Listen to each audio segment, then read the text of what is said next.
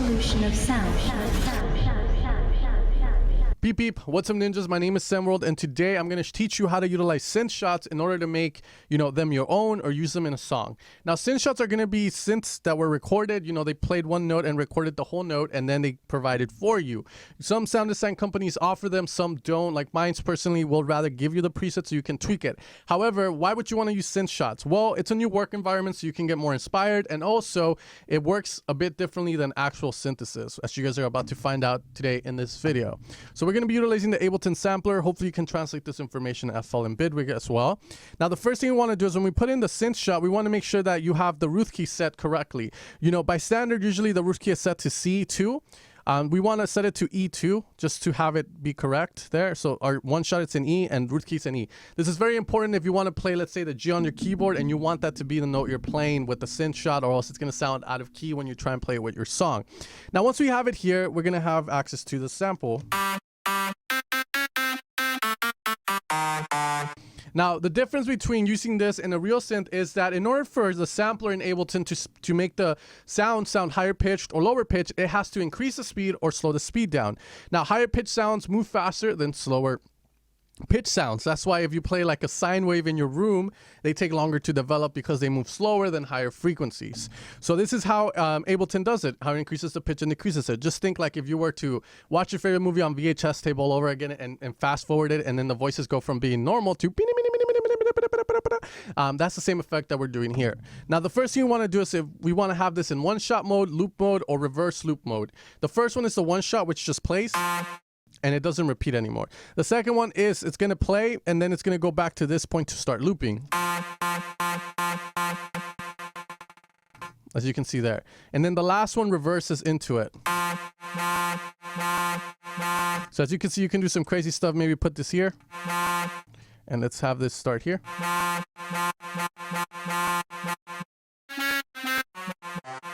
You get like weird vibes out of it. But let's go with, for this tutorial, let's go with a standard just one shot.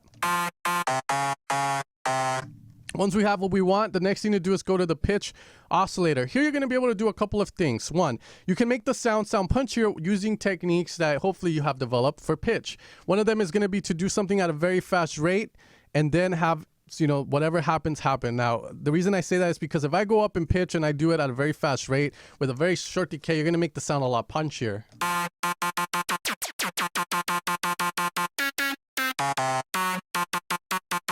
And if you do it reverse, you're going to make it kind of give it like a sucking effect or like a delay effect. And I know a lot of you guys probably right now are going like, oh my God, that's the sound I've heard in this song, because they use it a lot. So you can get, again, cool thing out of this synth shot that we started with. Now, there's an advanced portion here that we can use, which is the oscillator portion, which applies FM or AM synthesis. Now, this is a very bit, it's a little bit advanced in the sense that, you don't know what you're going to get. So you got to be really careful with it. Going from that to that. Now, the way this works is this envelope is here just to kind of give you a sense of how it's going to get applied. You can have it slowly come in.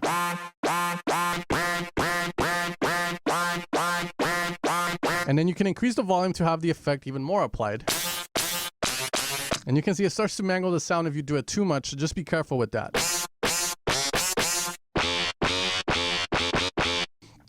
So there is the oscillator for FM. However, I don't want to use it for this tutorial. Now, the next one we go to is the filter. And in the filter, what you're going to be able to do are a couple of things. First off, you're going to be able to apply a filter of your choosing. You're going to have a bandpass here, which you can add. Remember, a bandpass is like a low pass and a high pass combined together to give you just one center frequency. Then you're going to have the notch, which sounds really unique. It gives really cool tones.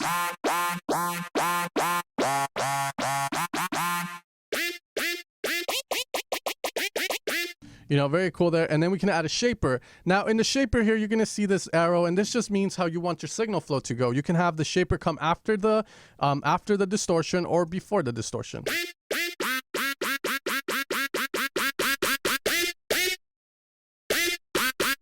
It's going to get very loud, and then you have 4 different types.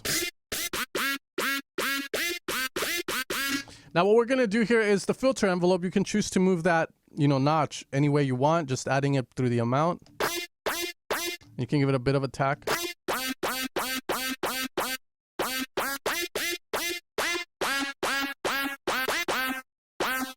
to kind of give it a bit of movement there.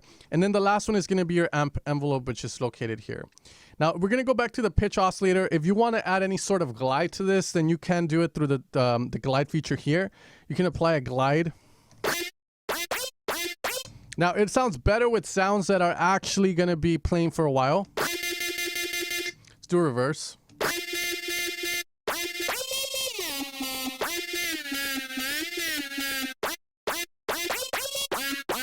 And then you're going to have the other one, which is going to be the portamento one, which is found here. Okay, now in the amp envelope here, you can choose to shape the sound, like increase the release, so it sticks around, as you can see. So it's a very cool thing. Now, the last portion is going to be the modulation section, and this is where you're going to be able to apply LFOs if you choose to have those. And you can apply the standard techniques. I personally don't like using the LFO section because it's not as... it doesn't change it that much. If I put it at 100%, it's not going to alter all of it. So you got to be really careful when you're doing that, because if you want to move something, you're going to have to go back and kind of move it a bit more forward to get wherever you want to go. So here I can route it to various different things, as you can see there.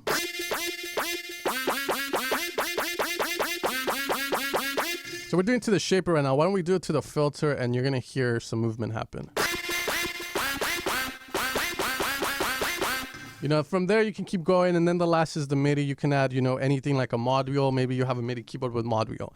But that's going to be the shaper, and this is how you make the sounds your own. Again, we started from this, and we got... Now we can add reverb and all that. And hopefully you guys have fun with this. This is a new thing I've taught on my channel, but hopefully you've been doing it. If you haven't, give it a shot. Who knows? It might inspire you to make some cool stuff. Anyways, guys, this is Emerald tuning out. I'll see you guys next time. Don't forget to subscribe if you haven't. Leave a comment, show some love, and I'll see you guys next time. Take care and have an amazing day.